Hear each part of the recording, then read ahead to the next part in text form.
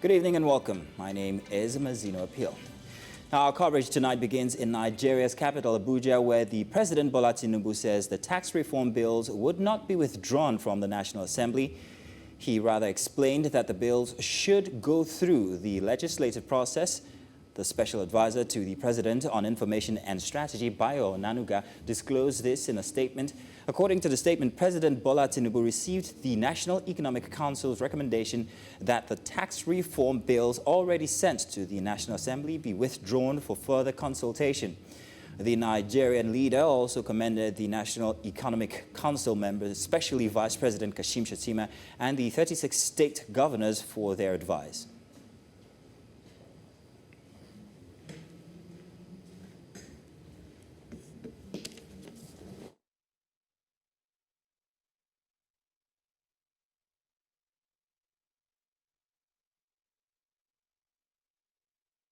And a move that has generated widespread condemnation, no fewer than 163 arrested EndBadGovernance protesters have been arraigned before the Federal High Court in the nation's capital, Abuja. This is as the trial judge, Obiora Igwatu, granted a bail of 10 million naira each to 67 of the arraigned protesters, many of whom are below the age of 15.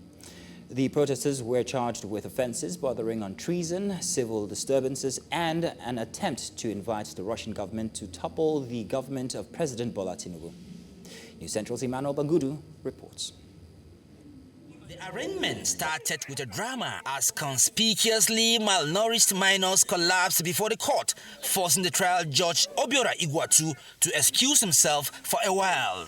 The scene invoked an outburst from counsels as many in the court remained shocked at the event transpiring.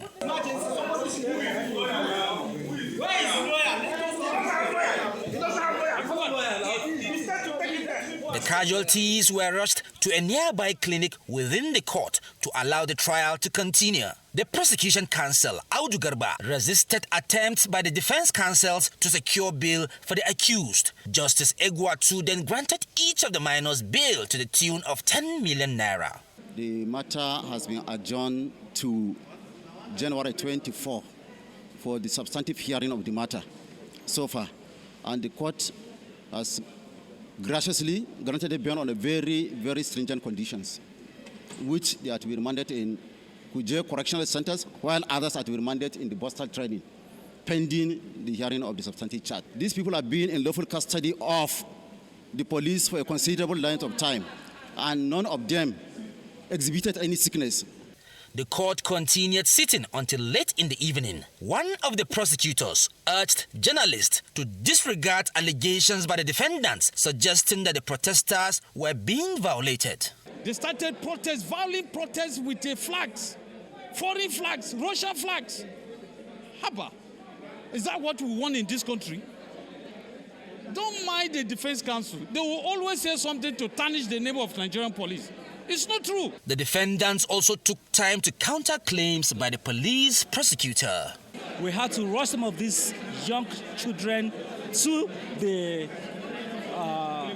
clinic within the facility of the courts for them to be resuscitated. Some of them are still receiving treatment as I speak to you in the clinic. This young person has been arrested since the 2nd day of August, 2024. Over 3 months, they've been left without clothing, without housing, without proper care. They are looking very malnourished, as you can see the videos that are flying around social media. You understand? The Tinubu government should discontinue the charge. We make a passionate appeal to the AGF, Baba Latif Fagbemi, that he should discontinue the charge. He should take over the matter and discontinue against these children, so that the children can return back to school. And the Attorney General of the Federation has the inherent powers to take over this matter under Section 174 of the Constitution. That Baba Latif Fagbemi should take over this matter and discontinue the charge against the children. The protesters are being arraigned on a 10-count charge bordering on alleged treason and conspiracy to commit felony with the intent to destabilize Nigeria. In Abuja for News Central, I am Emmanuel Bagudu.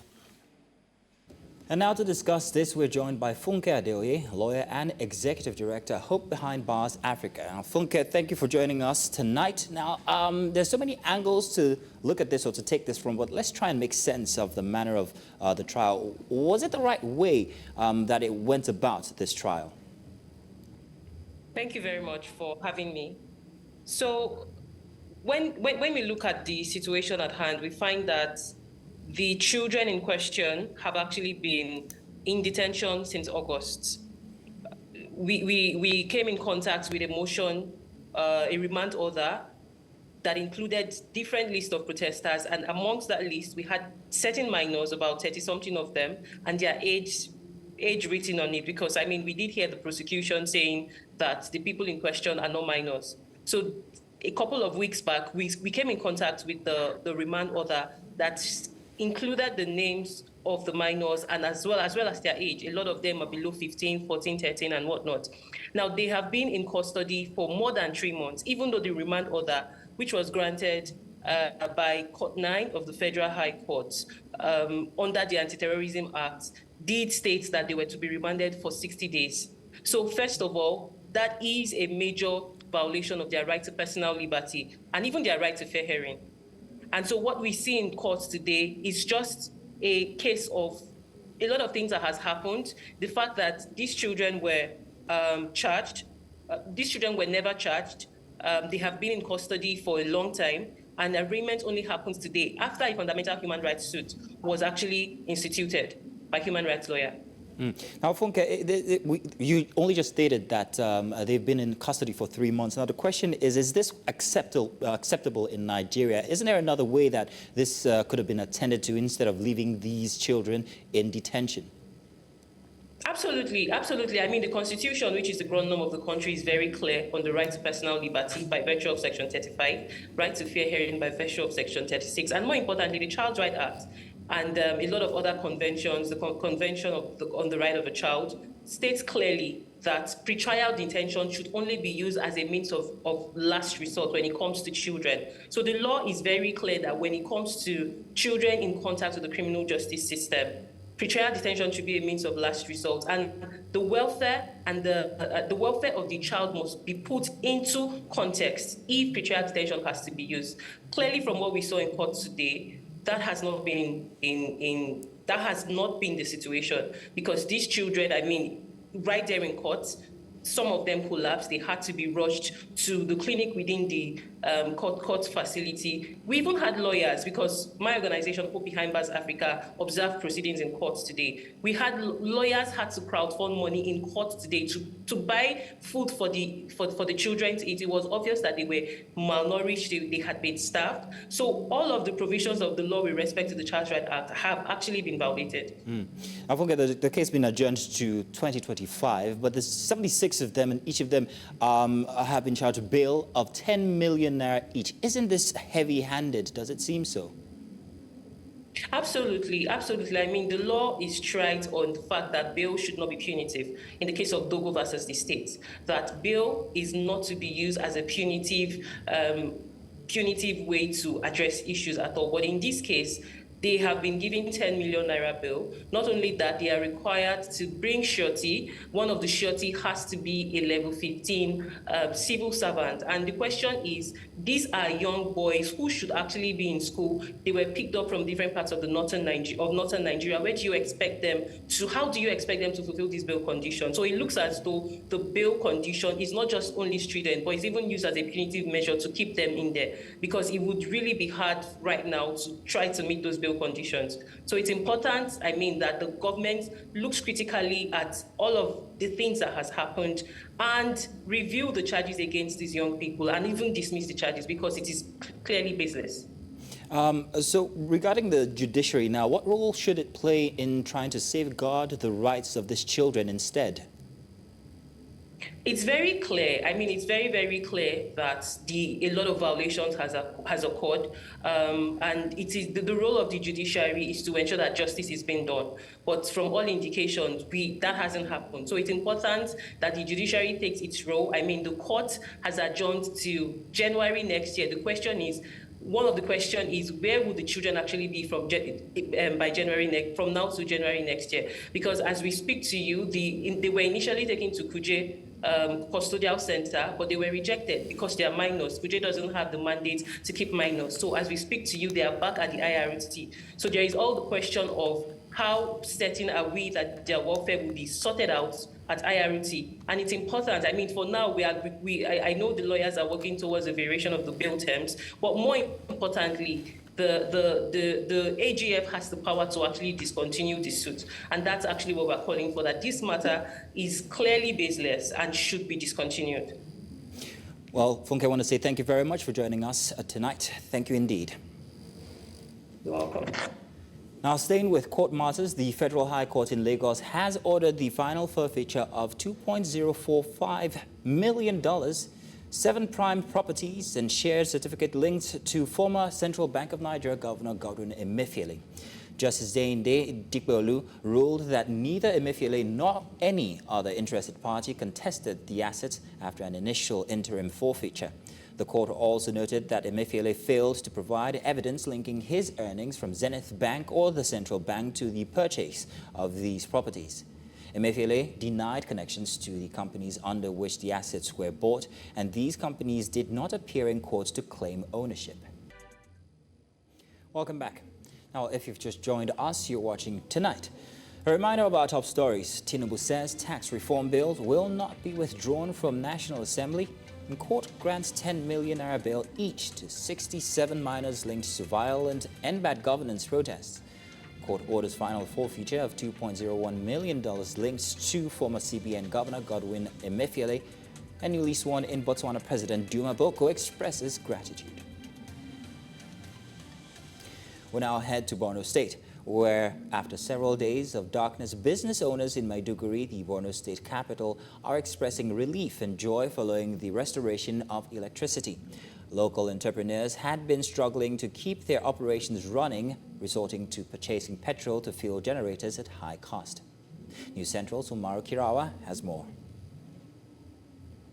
The experience of darkness in northern Nigerian state has been a major challenge for citizens. Tun daga nan da mu tashi wata unguwa mai nisa da mu je neman ruwa mutane suna hana mu amma da ce muna da wuta wannan babu wani anguwa da za mu je neman ruwa anguwan mu ma za mu samu ruwa burar waya go ya tajiro le ya nera miya so nera fitul so fisko zo yanda wani tan amma kamar lugon be nera yer miso nera men piso aje fa atman ko ro muradin pandin ba. A businessman, Ibuka Okonko, from the faraway Anambra state based in Maiduguri. The young businessman narrates how happy he was when electric power was restored. Before there was light, it's not every work that I can do because not every of my engine that the generator can carry. So, but now there is light, the light can power all my engine. So I can do work very well now. So I'm very happy that the light is back. We are very happy. Why? Because without light, it's not easy at all. Even to get water in your house is very difficult. Meanwhile, then we also charge you the times 3 of what they are charging before. So it was very difficult for us these past 4-5 days that there was no light. With electricity now restored, shop owners and other businessmen report an immediate boost in productivity and a significant reduction in operating expenses. Kai, alhamdulillah, an kawo ta mun yi murna amma kafin a kawo mun ji jiki. Muna using at least kullum sai mun kona gas na fetur kusan na 8,000-9,000. Bayan haka solan bai yi mana abubuwan da muke dole sai mun siya fetur. Kuma daily sai mun kona 8,000-9,000. Ba wuta din dama yana da dadi ai. Ya fi siyan wannan. Tunda idan ka siya katin 5,000 wannan ya fi mai na 20,000. The recent restoration of electricity in Maiduguri has also brought a wave of relief to ice block business owners who had been grappling with the challenges of power outages. yanzu akwai wanda zai sai a hannun dila zai sayar akwai wanda shi ma in ya saya sada zai sayar to shi zaka ke samun lokacin kayan yake hawa zaka samu yake farashi kala 3 ni ina da inji zan kunna zan sayarwa wancan shi bai da inji shi kuma in ya saya sayarwa zai akwai mai bukata 1-2 shi ma zai sayar kaga zai samu farashin hawa ne bai da garantin farashi guda daya. The steady supply of electricity will go a long way to attract new businesses and foster economic growth. In Maiduguri for News Central, Umaru Kirawa. Now to discuss this lingering power crisis across the country and proffer some solutions and chat the way forward, we're joined on the news by Dr. Sam Amadin, Director of the Abuja School of Social and Political Thoughts and former Chairman of the Nigerian Electricity Regulatory Commission. You're welcome, sir. Good to have you on the show here today for tonight. Now, what are the primary reasons for the frequent power outages in Maiduguri? And do you think that you can proffer perhaps maybe some suggestions for the companies' improvements of the power situation and infrastructure? Well, I think there are three basic reasons for power fluctuations in the northern part of this country, and of course, the other side of the country. One is the fact of the nature of the network. We've got a radial network, which means because of our distance as a country, the geographical expanse, our transmission network is radial. It's not looped together, so it's fragile. You need to improve in some places. You need to so any small disturbance in the network creates a disruption that becomes systemic. So that's one aspect. The second is, of course, the level of managerial diligence. Sometimes system collapse comes because of failure to properly manage, maintain, and supervise these lines. The recent one we had is vigilante sabotage by terrorists or some other kind of criminal attack on the network. So if this happens and there are no quick repairs, then you're going to have a region like that now, stay too long in darkness. And finally, I think you're going to talk about the level of investment in terms of regularly updating, changing, and improving the network. You see, so these three factors contribute to the failure. Talking in terms of what ought to be done, it's now important to have some kind of regionalized grids. Also important that the New Electricity Act has authorized states to now create their own market. So it's fanciful, and maybe required for the northern states to come together, northeast, northwest, north central, in that kind of sub-regional structure to invest more and create a much more reliable and less expansive transmission grid, which will make it insulated from each other. So if there was, like we had a crisis in the Kaduna Shiro line, maybe it won't affect the other aspects of the northern region. So we need to now begin to make more investment and bring more rigorous thinking around creating sub-regional markets, sub-regional electricity networks that will enhance the efficiency and reliability of both power transmission and distribution to people in those regions. So I think we should see more action on the part of the state governors to harness this opportunity by bringing in much more rigorous expert knowledge in framing, constructing, and designing some kind of regional electricity market or even regional electricity transmission and network that makes distribution of power much more effective, reliable, and of course less prone to these incidents, disturbances, and failures. Well, Dr. Amadi, I was hoping that you were going to suggest perhaps maybe Nigeria turns to renewable energy, like perhaps maybe wind or maybe solar, like we have started to do, and even the CNG. However, with the growing demand for electricity by Nigerians who have chosen to stay away from regular employment and perhaps go into the industries, is Nigeria's capacity for power generation enough to serve Nigeria at this rate? No, it's totally inadequate, totally, grossly. I mean, you're talking about a country that regularly supplies to its citizens, homes and businesses less than 5,000 megawatts every month. You're talking about maybe 225 to 50 million people. So that's per capita. Nigeria has less power consumption than all the West African countries, even though we have more than our neighbors. But our population means that we are energy starved than any other country in West Africa. Now, you talk about renewable energy. That's very important. But look, renewable energy means that you're going to create modular systems that are localized, the point I'm making. And again, renewable energy also requires a more sophisticated, maybe technology-based transmission network. So even if you have 10,000 renewable energy in the grid, except it's decentralized and small modular operations. You're going to have more unreliability, except you strengthen the grid. So two things we must do.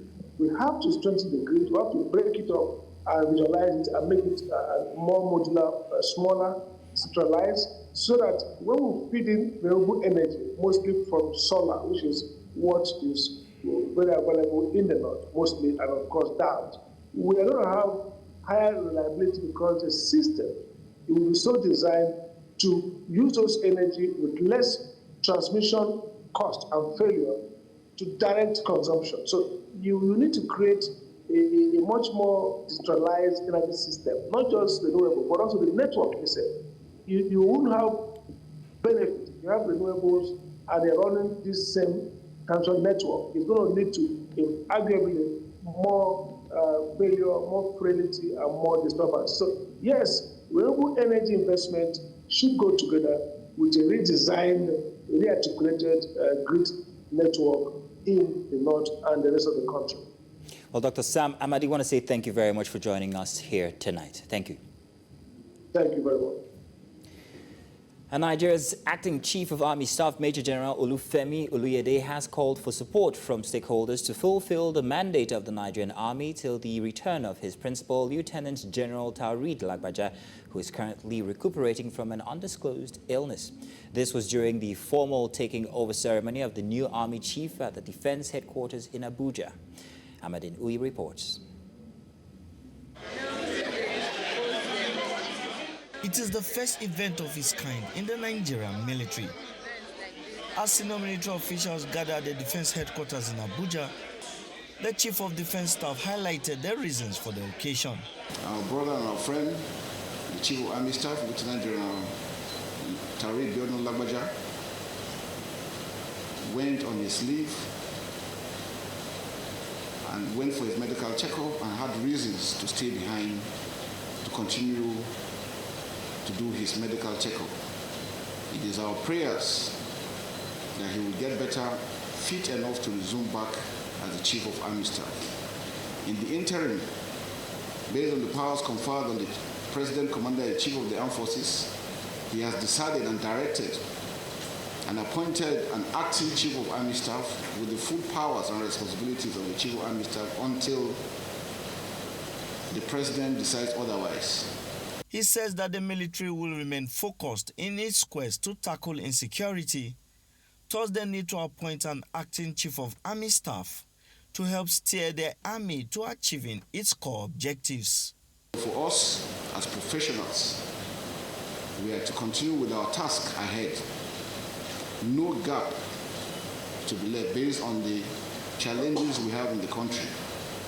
And it's in the wisdom of the President and Commander-in-Chief that today we present the authority to the acting Chief of Army Staff for him to have full control and command of the Nigerian Army. The acting Chief of Army Staff called for the support of all stakeholders to succeed in his new position. My appointment as acting Chief of Army Staff is simply to hold sway while Lieutenant General T. Lagbaja, our Chief of Army Staff, is a way to enable him to take sufficient time to get necessary medical attention and prepare. And that I intend to do with the whole of my heart and loyalty to the Constitution, as well as Mr. President. I seek everyone's support and cooperation so that we can succeed together in stemming all forms of insecurity currently being witnessed across the country and return this our beautiful country to a land of peace and economic prosperity.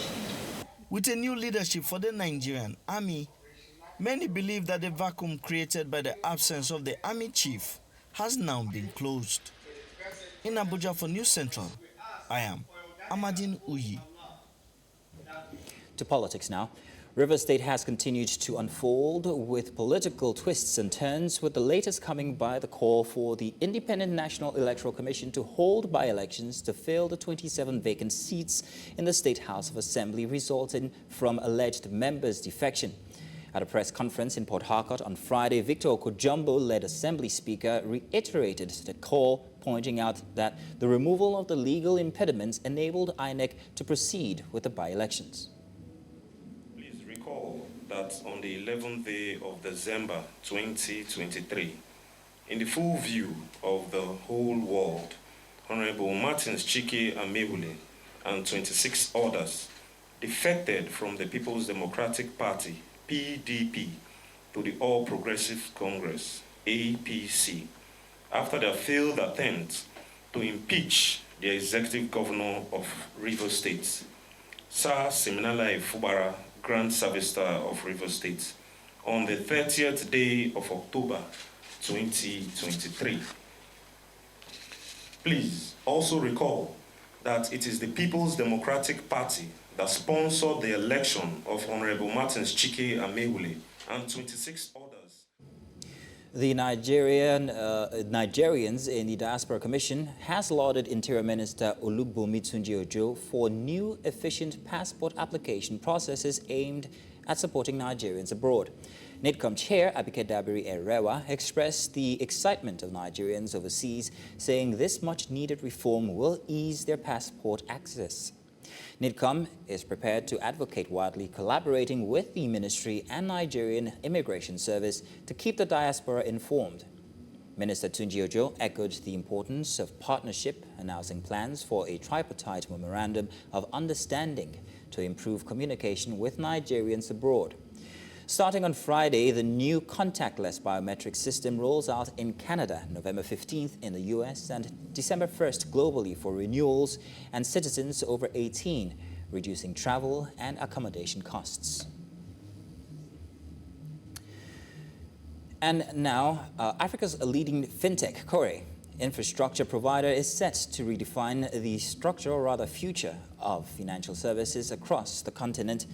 Now, in its 2024 Nexus Conference, the fintech firm brought to the fore the unique challenges faced by African economies and how innovative solutions can promote inclusive financial ecosystem for the future.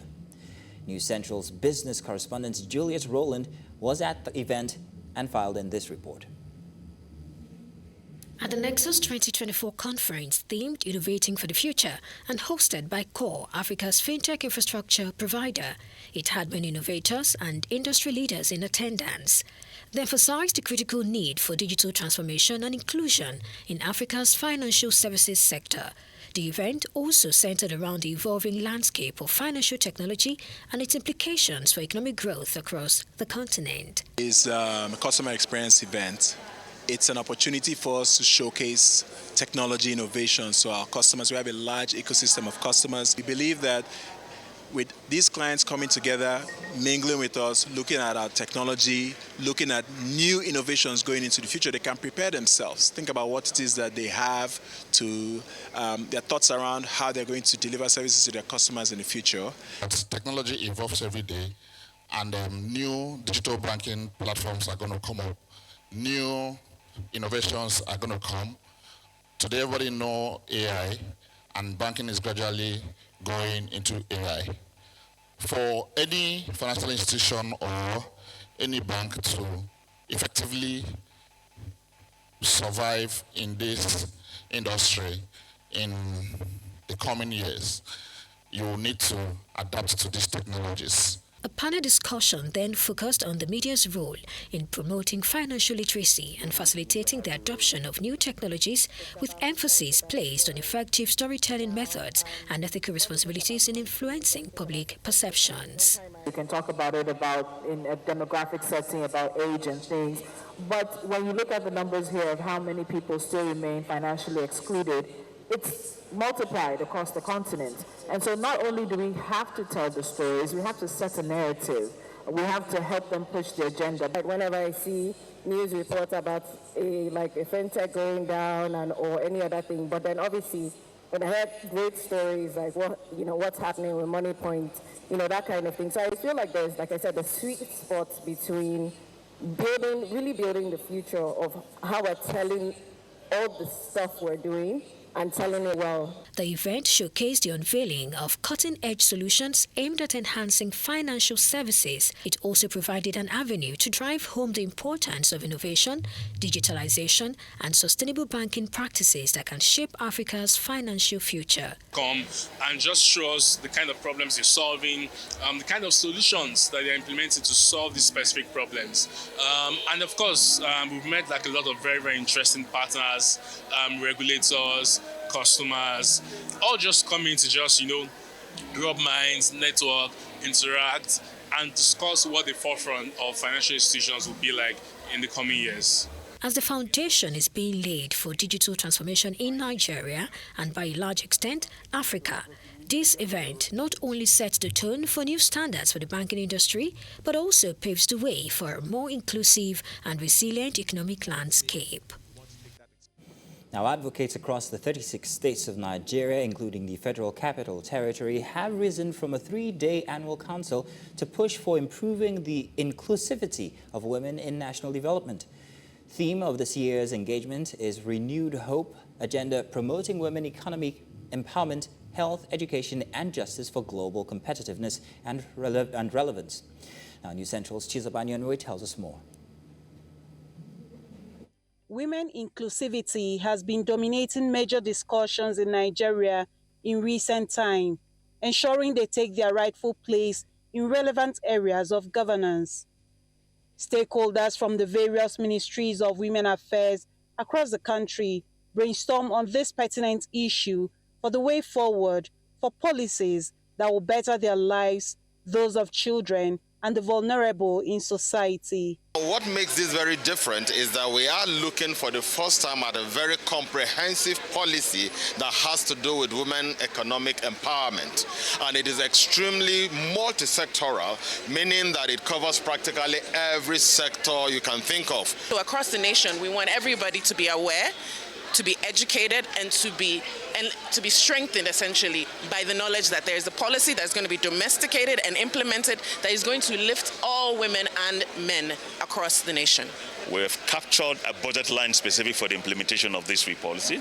2, we are currently conducting situation analysis, which will help us to inform all the proceeding on the domestication process. If discussions held under this roof from the diverse multicultural divides in Nigeria is anything to go by, then this 24th Regular National Council in the city of Jos would change the course of women in governance going forward. It is a policy meeting where we review policies on how we can take care of our women and children better in the society and also the vulnerable. We want to ensure women equality and women equity. That is equal access.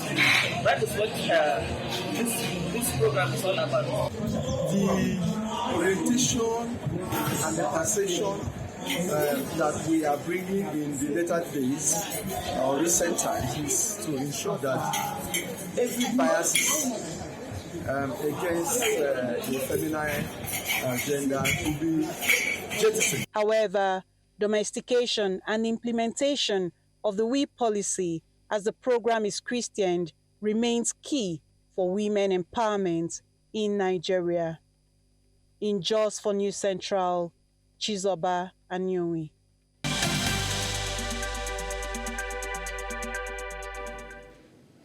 You're welcome back.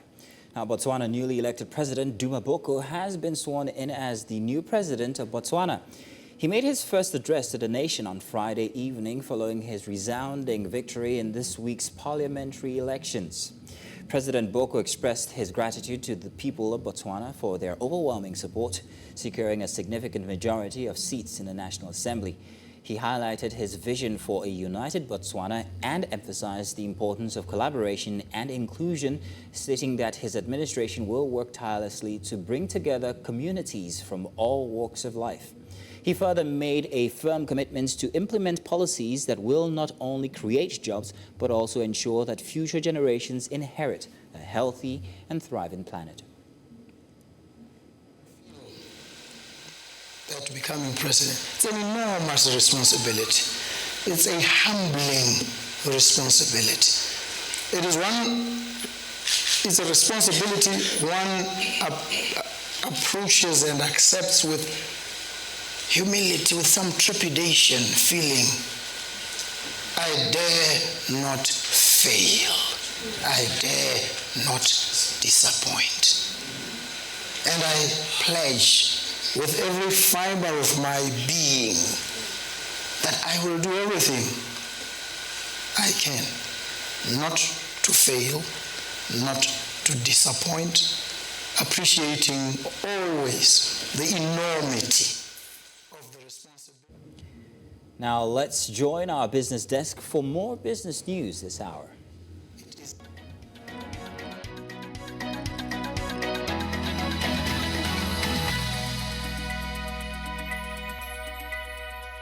Business news in association with Money Master PSB, the easy way to master your money.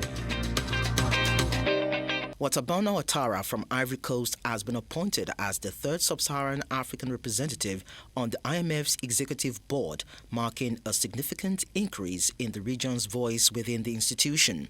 This new board position raises the total number of IMF executive board members to 25. IMF Managing Director Kristalina Georgieva praised the move, stating it reflects Africa's tremendous progress in developing its human and economic potential.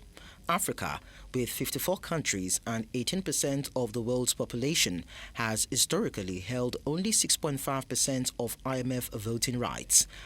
The new appointment aims to better align IMF policy decisions with the needs of sub-Saharan Africa, which currently holds about half of Africa's voting share within the IMF.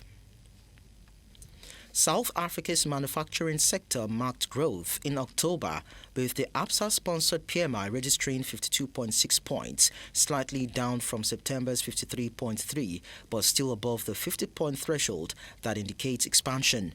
This consecutive monthly increase unseen since early 2023 highlights strengthened business activity and new sales orders. ABSA anticipates a further boost in local demand as the impact of September's interest rate cut takes effect. The bank also pointed to potential growth drivers from reduced inflation and increased consumer spending, partly due to withdrawals under the new two-pot retirement system. These positive economic indicators suggest a cautiously optimistic outlook for South Africa's manufacturing and consumer sectors. Angola's government forecasts a budget deficit of 1.65% of gross domestic product in 2025, up from the 1.46% projected for 2024, as outlined in its draft budget based on a $70 per barrel oil price. Finance Minister Vera Davis de Sousa noted that the prospect of declining oil prices is straining the economy. The budget also expects economic growth to accelerate to 4.1% next year, driven by non-oil sectors, up from 3.3% this year. External financing needs are expected to rise to 7.09 trillion kwanzas, that's about $7.8 billion, with internal financing requirements almost doubling to 7.55 trillion kwanzas in 2025. Brent crude currently trades at around $74 a barrel, slightly above Angola's budget projection. And that's all on business news. I am Likon Onobanjo.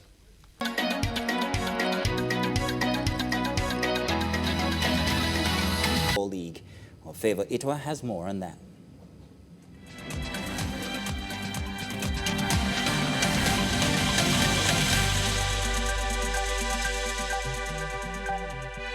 Sports Update, brought to you by Corn Oil.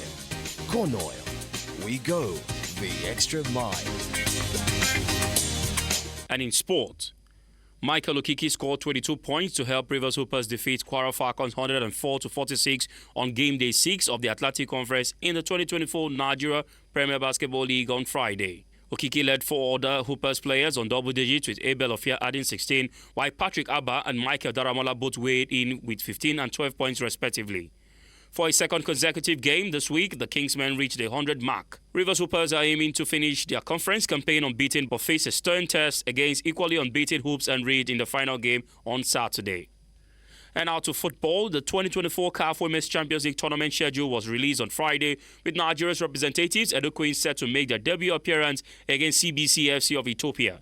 The fourth edition is scheduled for the 9th to the 23rd of November in the two cities of El Jadida and Casablanca in Morocco. Edo Queens will open their campaign on November 10th at 7 p.m. local time. The tournament's opening match will be between TP Mazembe and from DR Congo and another debutant, University of Western Cape, on Saturday 9th November at 3 p.m. Edo Queens are also grouped alongside defending champions Mamelodi Sundowns of South Africa, FC Massa of Egypt and CBFC of Ethiopia. Still talking football, Manchester United have appointed Ruben Amorim as their new head coach. The 39-year-old former Portuguese international midfielder will move to Old Trafford from Lisbon club Sporting on 11th November and has signed a contract until June 2027. Former United striker Ruud van Nistelrooy, who took charge on an interim basis after Erik ten Hag was sacked on Monday, will stay on for the club's next 3 fixtures. Amorim is the 6th permanent manager United have appointed since Sir Alex Ferguson's 26th reign ended with his retirement in 2013. And out to Spain, Atletico Madrid on Friday permanently banned 9 of their supporters from attending matches after incidents of crowd trouble and racist behavior. A La Liga clash against rivals Real Madrid on September 29th at the Atletico's Metropolitano Stadium was halted by officials after some supporters threw objects including lighters onto the pitch. Atletico were also fined by UEFA when some of their supporters were found guilty of racist and discriminatory behavior during a 4-0 Champions League thrashing at Benfica on October 2nd. After the incidents during the 1-1 draw against Real Madrid, Atletico were hit with a partial stadium closure for 3 matches by the Spanish Football Federation, although that was reduced to 1 game on appeal. And to wrap up sports update, Germany's Alexander Zverev beat fierce rival Stefanos Tsitsipas 7-5, 6-4 in the quarterfinal of the Paris Masters on Friday, where he's seeking his first title after losing to Dani Medvedev in the 2020 final. The world number 3, the highest-ranked player left in the draw, will face either 13th seed Olga Rune or 9th seed Alex de Minaur in Saturday's semi-final. The 16th meeting between the 27-year-old German and the 26-year-old Greek was evenly matched during a hard-fought set. But once Zverev broke late in the opener and early in the second, it became a comfortable ride to just his 6th win against his longtime Greek rival.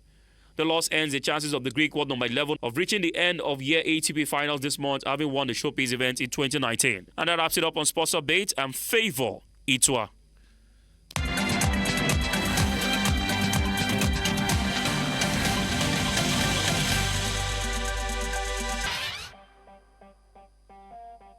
Entertainment news in association with Glow Unlimited.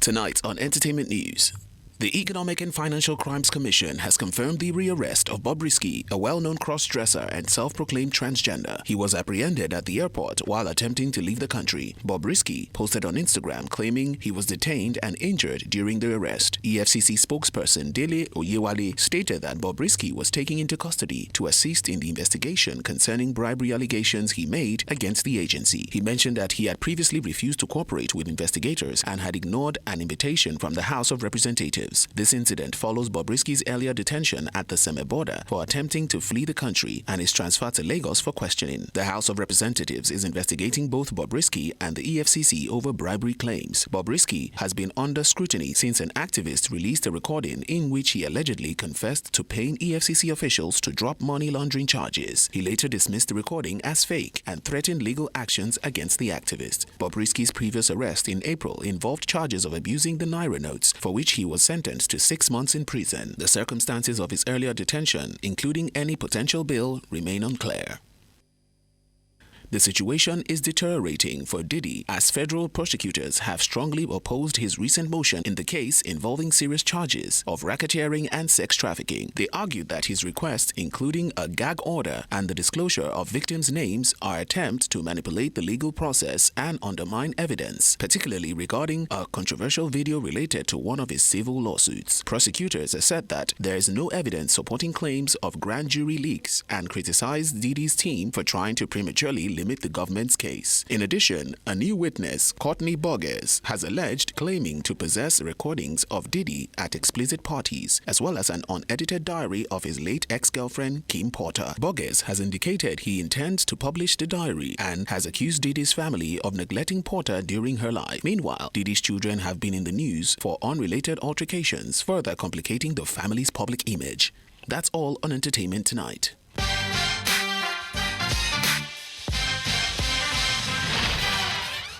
All tonight. But before we go, let's take another look at some of the major stories we brought your way. We told you that Tinubu says tax reform bill will not be withdrawn from National Assembly, and that court grants 10 million naira bail each to 67 minors linked to violent EndBadGovernance protest.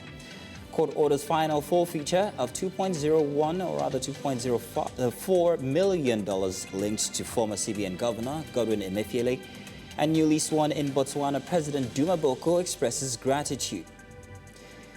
Now, do remember you can watch News Central live on DSTV channel 422, Star Times channel 274, Avo TV, and of course on YouTube. I want to say thank you very much for watching. My name is Mazino Appeal.